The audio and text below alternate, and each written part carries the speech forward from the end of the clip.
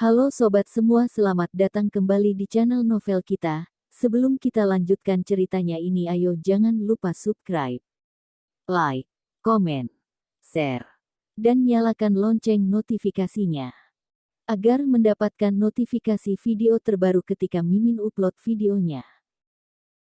Istri yang dimanja, bab 107 malam hari kutunggu kamu. Setelah kembali ke villa, Amandamu memegang komputer dan duduk di dekat jendela sambil menulis naskah. Sambil memperhatikan apakah ada mobil kembali di luar. Tidak sampai malam, baru melihat mobil hitam datang. Pengemudi itu turun dari mobil dan membuka pintu belakang. Charles Mo turun dari dalam. Amandamu memiliki penglihatan yang bagus dan mengenali sekilas bahwa Donisi yang mengemudi. Donisi adalah asisten Ricky Mo, tetapi sering membantu Charles Mo mengemudi. Charles Mo turun dari mobil. Setelah mengatakan sesuatu kepada Donisi, Donisi mengangguk dengan hormat setelah mendengarkan. Mengambil keuntungan dari celah ini, Amandamu mengeluarkan ponselnya dan mengirim pesan teks ke nomor Ricky Mo. Kirim pesan teks. Dia memperhatikan bahwa Charles Mo menatapnya. Untungnya, gordennya telah ditarik, dan hanya celah kecil yang muncul. Setelah dia melirik ke sini, katakan sesuatu pada Donisi lagi. Kemudian dia menundukkan kepalanya dan mengeluarkan ponsel. Terlalu jauh, Amandamu tidak bisa memperdebatkan apa yang dia lihat. Namun, hatinya tiba-tiba berdetak lebih cepat. Kata-kata dari Charles Mo kecil. Dan semua tanda menunjukkan. Charles Mo, mungkin Ricky Mo, tetapi Amandamu masih tidak percaya ini benar. Dia bahkan tidak berani menghadapi Charles Mo. Hal ini terlalu absurd. Charles Mo adalah orang yang sangat berhati-hati. Jika dia benar-benar Ricky Mo, dia baru saja menerima pesan teksnya. Dengan cara ini, normal baginya untuk secara tidak sadar melirik ke arah kamarnya setelah menerima pesan teks. Agar tidak menimbulkan kecurigaannya, Amandamu menganti pakaian rumah. Rambut dibuat acak-acak dan berbaringlah di tempat tidur kemudian berpura-pura tidur. Tidak berapa lama, seseorang untuk mengetuk pintu. Amandamu. Amandamu sepanjang hari ini, hatinya merasa naik turun sangat cepat, gugup, dan berbaring di tempat tidur, sudah mengantuk, hampir tertidur dan mendengar seseorang memanggilnya.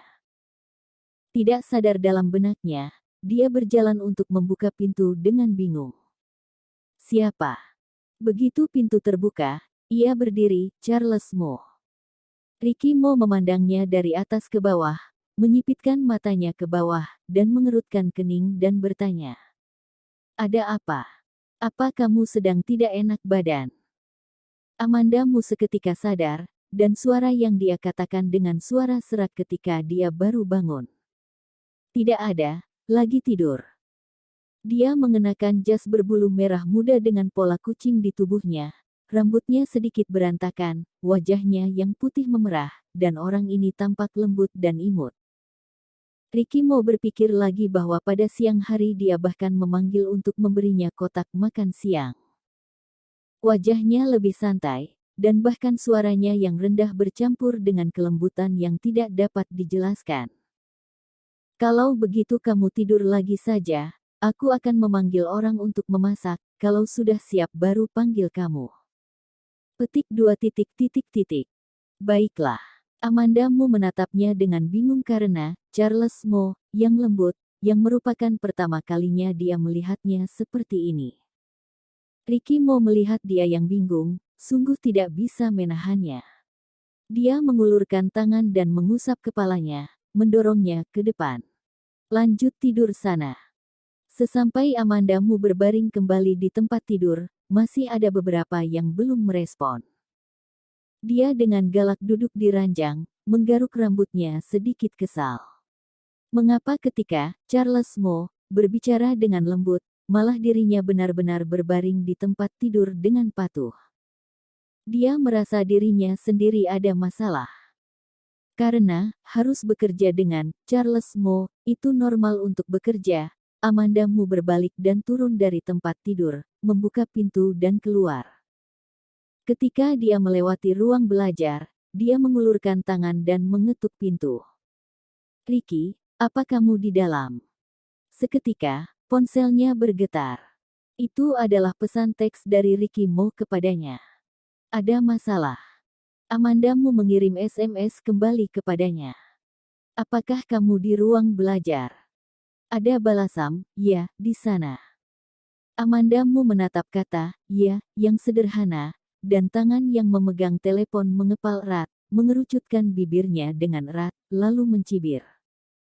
Sepanjang sore, dia berdiri di dekat jendela sampai tidak ada mobil lain yang memasuki villa kecuali mobil Charles Mo di malam hari. Bagaimana Ricky Mo kembali? Terbang. Dibor ke tanah. Amanda Mu memiliki dorongan hati. Dia ingin bergegas ke ruang kerja dan merobek topeng Charles Mo. Tidak heran Ricky Mo yang tidak pernah muncul keluar. Bisa begitu dekat dengan adik sepupu, tidak hanya membiarkan adik sepupu ini tinggal di rumahnya, tetapi juga mentolerir adik sepupu yang memanfaatkan istrinya. Charles Mo akan mengambil inisiatif untuk memprovokasi dirinya begitu buruk pada waktu itu, dan juga memiliki penjelasan yang masuk akal. Setelah menikahi belum pernah bertemu sang istri. Rata-rata lelaki akan pergi dan melihat seperti apa rupa istri yang baru menikah itu. Dan akhirnya baru mendapati bahwa istri yang baru menikah itu tidak mengenal dirinya sendiri, dan dia membuat kesalahan tetaplah salah, dan membiarkannya mengakui bahwa dia salah. Tidak masalah. Gunakan identitas adik sepupu untuk menggoda, apakah dalam hatinya sangat bangga.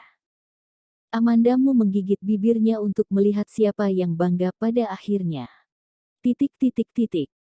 Selama makan, Amanda Mu duduk di seberang Charles Mo, dan memandangnya dari terus-menerus sambil makan.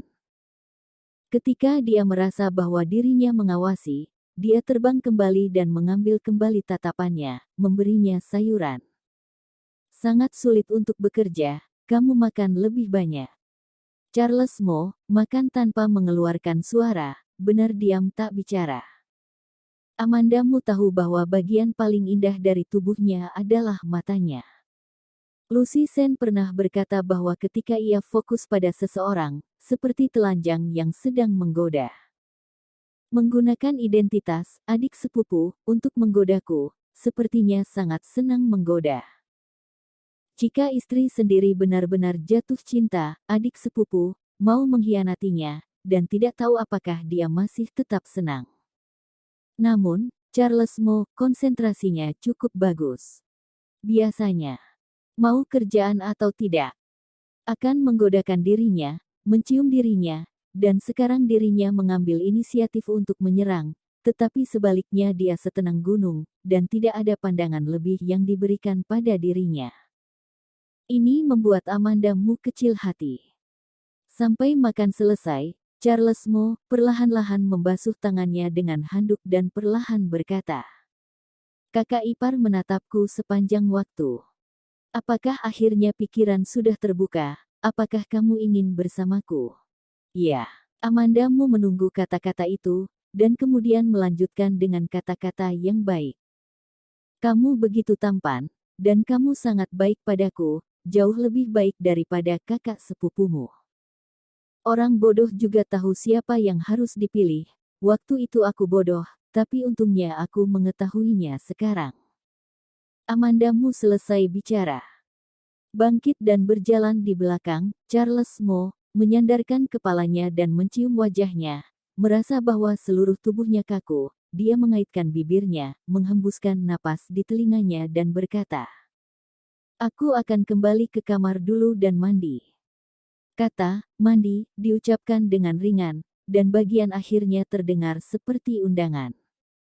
Amanda Mu tidak begitu pandai dalam hal semacam ini. Dia tidak bisa mengatakan sesuatu seperti, "Malam ini ku tunggu kamu." Ketika kata-kata itu keluar, dia merasa bahwa tekanan udara di sekitarnya tiba-tiba menjadi sangat rendah, yang membuat orang merasa tercekik. Begitu saja marah. Marah masih di belakang. Amandamu dengan cepat menarik diri dan berjalan keluar.